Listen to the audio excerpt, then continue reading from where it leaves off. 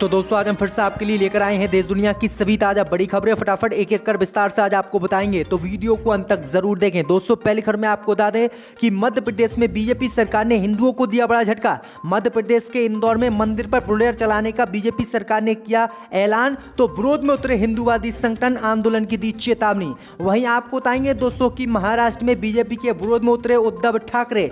शिवसेना ने काऊ हक डे मनाने की पहल का उड़ाया मजाक, अडानी पर भी बोला बड़ा हमला। वहीं आपको बताएंगे दोस्तों कि मोदी सरकार के खिलाफ हल्ला बोलने के लिए किसान फिर तैयार। 20 मार्च को संसद के बाहर करेंगे किसान आंदोलन की शुरुआत, भाजपा के लिए बड़ा झटका। वहीं आपको बताएंगे दोस्तों कि बांग्लादेशियों को वतन वापस भेजने की तैयारी में जुटी आगरा पुलिस, झुग्गी बस्तियों में की जा रही है तलाश। वहीं आपको बताएंगे दोस्तों कि रामचरितमानस पर स्वामी प्रसाद मौर्य के विवादित बयान को शिवपाल यादव ने बताया निजी राय, लखनऊ के नाम बदलने का किया विरोध। वहीं आपको बताएंगे दोस्तों कि उत्तर प्रदेश में मुसलमानों को रिझाने के लिए सूफी रास्ता अपनाएगी भाजपा, सम्मेलन आयोजित करने की दी अनुमति। तो दोस्तों सभी खबरों को आपको एक एक कर बताने वाले हैं, वीडियो को लाइक कर चैनल को सब्सक्राइब कर दें।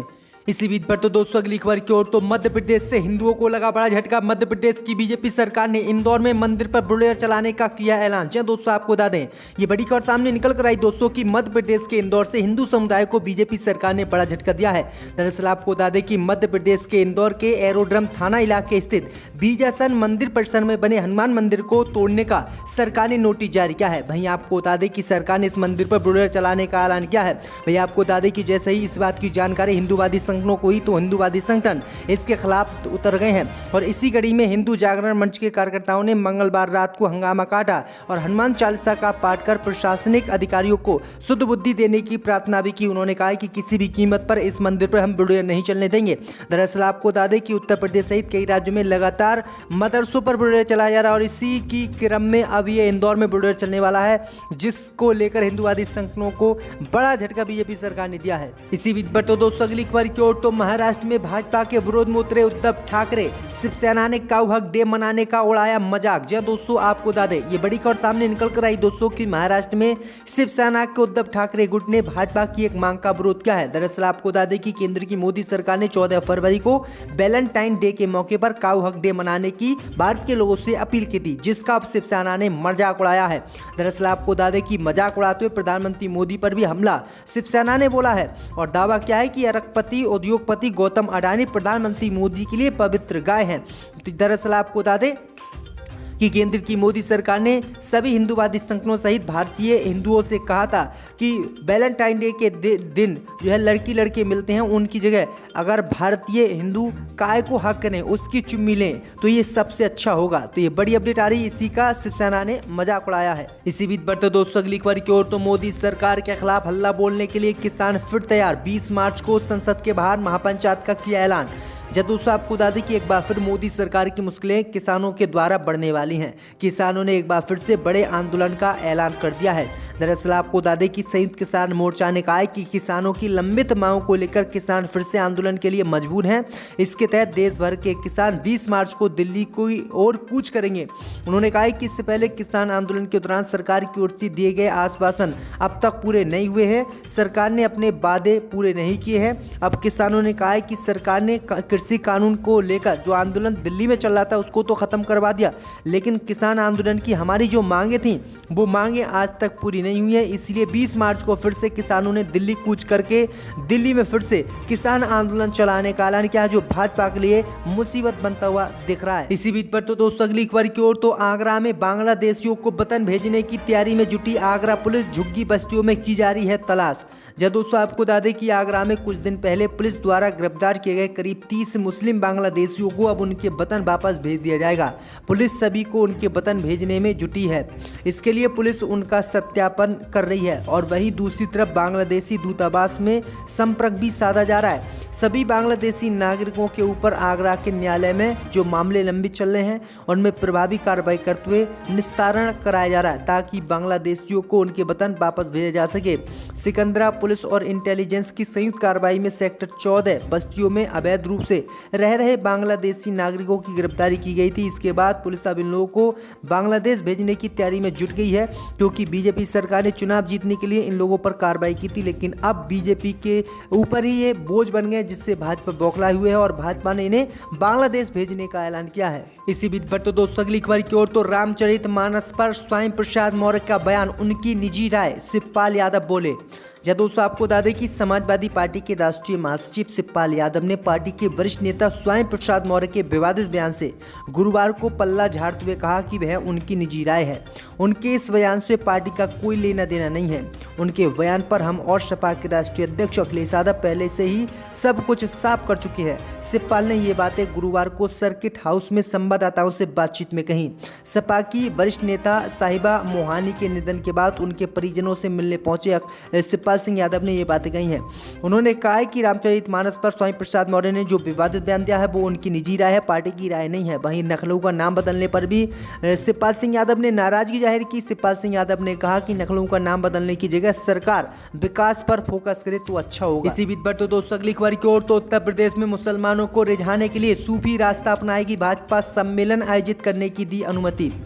जब दोस्तों आपको बता दें कि उत्तर प्रदेश में भारतीय जनता पार्टी ने मुस्लिम वोटरों को रिझाने के लिए अल्पसंख्यक प्रकोष्ठ से सूफी सम्मेलन आयोजित करने के लिए कहा है। जानकारी के अनुसार सूफीवाद एक रहस्यवादी इस्लामी सोच है जिसमें मुसलमान ईश्वरीय स्नेह की सच्चाई को खोजने की कोशिश करते हैं। बीजेपी ने अपने राज्य के मुस्लिम बहुल इलाकों में मुख्य रूप से सूफी सम्मेलन आयोजित करने को कहा है। एक अनुमान के अनुसार राज्य के 1.6 लाख से अधिक मतदान केंद्रों में लगभग 30,000 मुस्लिम आबादी है और ये बड़ा हिस्सा है। इसलिए बीजेपी ने कहा है कि मुसलमानों को रिझाने के लिए सूफी सम्मेलन गांव-गांव जाके आयोजित किया जाए और मुसलमानों से बीजेपी को वोट देने की अपील की जाए। तो ये बड़ी अपडेट आई दोस्तों, क्योंकि 2024 के चुनाव में भाजपा को भी अब डर लगने लगा है हार का। इसी बीच पर तो दोस्तों अगली खबर की ओर तो चंडीगढ़ में खालिस्तानी समर्थक नारे लगाते हुए पुलिस कर्मियों पर हमला, हथियार कारतूस छीने।